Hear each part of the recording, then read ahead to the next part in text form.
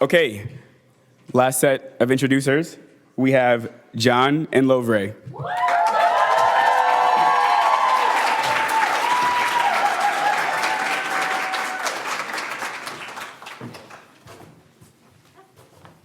I don't know how everybody does this.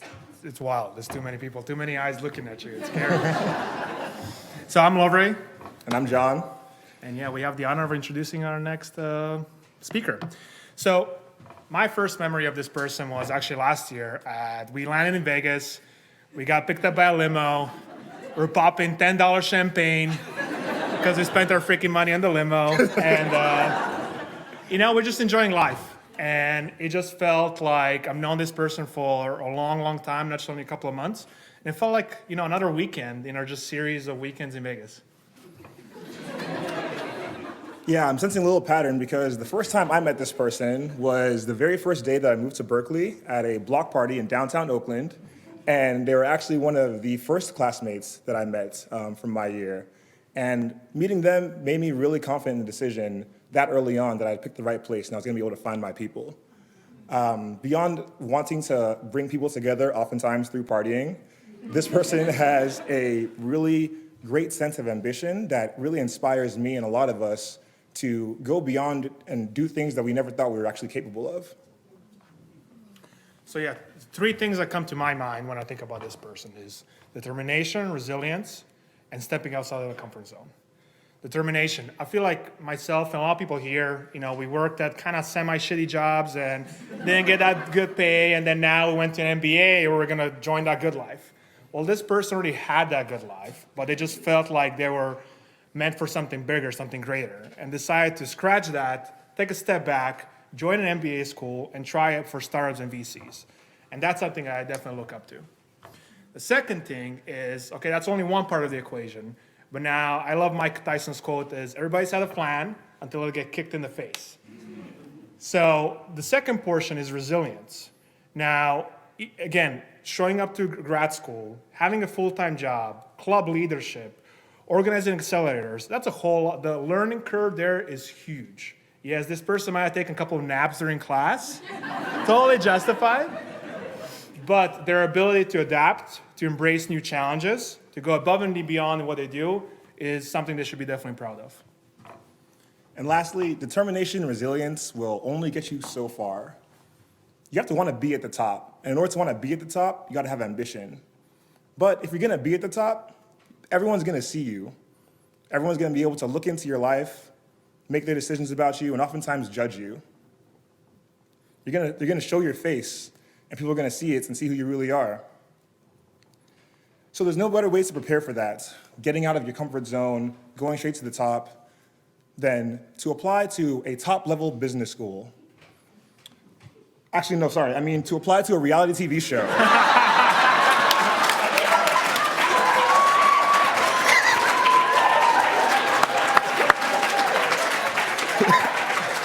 To apply to a reality TV show where everyone's gonna get a chance to look at your life and make their decisions. But all jokes aside, seeing this person, not just on the big screen, but also leading awesome conferences, leading accelerators at Berkeley, being so involved in a lot of parts of student life, has really shown me, combined with that determination and resilience, that when this person sets a target that's at the top, they're going to get there.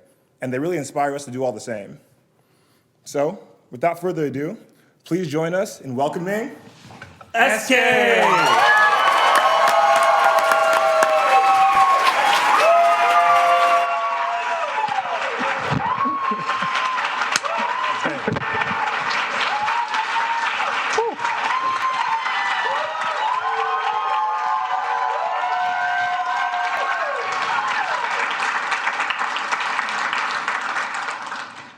So first things first, we're gonna keep this short and sweet, so just FYI.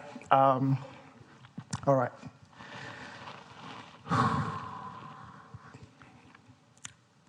August 16, 2021. Beautiful, sunny California fall day. I was walking to the Berkeley campus for the first time. Approaching the Haas courtyard, I saw a whole bunch of students, very chatty, very excited, high energy everywhere. And as I walked towards the courtyard, it actually finally dawned on me again that, shit, I'm really about to be a student again. After 7 years in corporate America, I'm stepping into that thing that I've always aspired to do, and finally that moment is here. I walked on campus, listened to several elevator pitches from people that you very well know have been carefully rehearsed, meeting people for the first time, just learning about, awesome, great people from different backgrounds. That experience for me, I still remember very vividly. But one thing that really stood out in that moment for me was, why is everybody so nice? So for me, it was a very sharp contrast of my idea of landing in a new space for the very first time. 12 years ago, I left my country, Nigeria, after first year in medical school to go to Poland, of all places in the world. My university in Nigeria was going on strike at the time. We were being sent home indefinitely, not knowing when we would continue our education.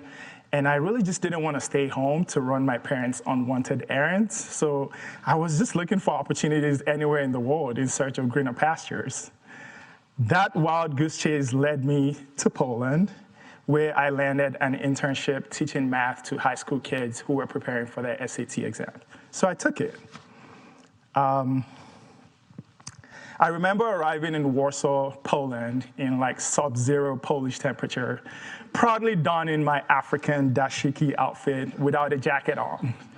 So guess what happened when I stepped outside the plane? The cold slapped me in the face. And I remember very clearly that, that was my own very first fresh off the boat moment, but I did not have a soft landing. Life in Poland was very, very different. I was a 19-year-old teenager who was still growing up at the time, also happened to be fending for himself, very first time outside my country, outside of my home, living away from my parents and family. And my idea of community back then in Poland was completely different. I'm one of 12 kids from a very large extended family in Nigeria. And, where I come from, it's very normal and okay for people. We lived with several cousins and nephews and nieces, extended family. It was normal and okay for people to just stop by unannounced, to just check on you for no reason, for your uncles and great aunts and brothers and sisters to just, just be in a very loving community. That was quite the opposite of what I met in Poland, where I was one of 5 Black people in Bydgoszcz, Poland, in the northwestern part of the country, population of about 300,000. And I remember some people would tell me that, actually, you're the very first Black person I've seen in real life. Except for what they've seen on TV or on the internet or on YouTube, they've actually never seen a Black person in spirit before. And that, for me, was my very first sense of being different and being, feeling like a minority for the first time and having to navigate that in an environment where I could not speak the language. The food was not the best for me. Let's not use certain words. And, just having to balance that with growing up, even providing for some of my family back home, and just, trying to be a man without the option of failing and having to go back home. So when I came to Haas on the first day of week 0, and I was starting to meet people, and people were actually genuinely nice, and they all came from different backgrounds, and they were very loving and welcoming.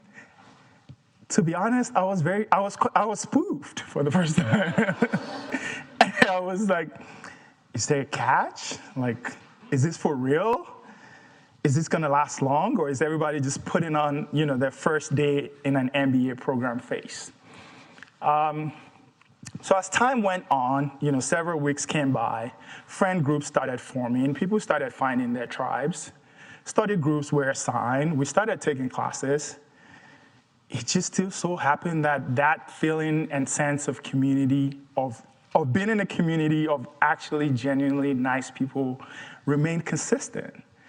So that kind of helped clear my doubts a little bit, because for the first time, I happened to be in a community where I felt true sense of belonging amongst people who are very, very well, highly achieved in their previous careers, very, very smart people, and they're also just genuinely nice. So to me, that was something very special. It was something I held on to for a very long time. And I remember, even till this very day, when people ask me what's my favorite part about going to school here, I just tell them that the admissions office at the Haas School of Business does a very good job of assembling a class of actually really nice people. That's been my Haas sales speech whenever I'm talking to prospective students, interviewees, anyone who's just thinking about getting an MBA. And to this very day, that feeling has remained the same for me. The Haas community has provided me a safe space where I can come in anytime and, sometimes fall asleep in class without judgment. Sometimes just be amongst people who I know that actually love you and willing to help you without expectations. To me, that was very, very different. And I don't think I've really experienced a community like that. Now, as we all know, it's been a wild, crazy year for me in different phases. Trying to balance a rigorous academic coursework, post-MBA career plans, student leadership, and extracurricular activities. Some extracurricular activities I'm very proud of, and some of them I'm not so proud of. Balancing all that together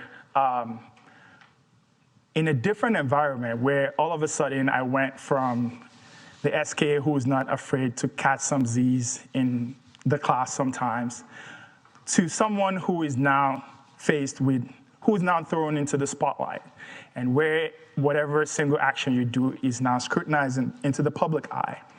It was a very, very different environment for me that I didn't know how to navigate, and there's no playbook for that. I honestly didn't realize the extent of what I did and what I was signing up for until it actually just all happened, and I'm like, shit.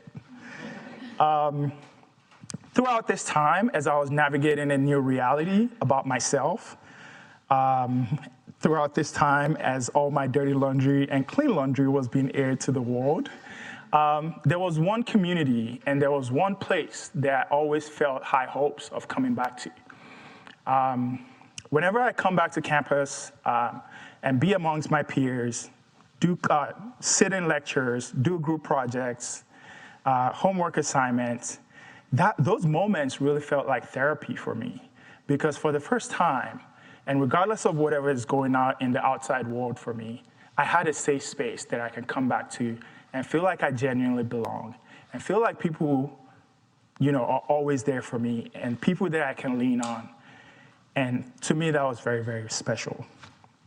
Now, as we all get ready to graduate and go on into our great lives and do great things in the world, people are gonna move into big cities, and some people are gonna move into the suburbs, some people are gonna be neighbors, people are gonna get married and have kids and get our little minivans and be soccer dad and soccer moms. As we all go into the world and do great things, one thing I'm really, really afraid of losing is this Haas community that I've had to myself for the last 2 years. So whatever happens into the future and whatever we end up doing beyond the four walls of this great institution, I just really want to say from the bottom of my heart, what we've created here is very special. And thank you very much for giving me that safe space that I've searched all around the world for, that I finally found on this campus. Go Bears.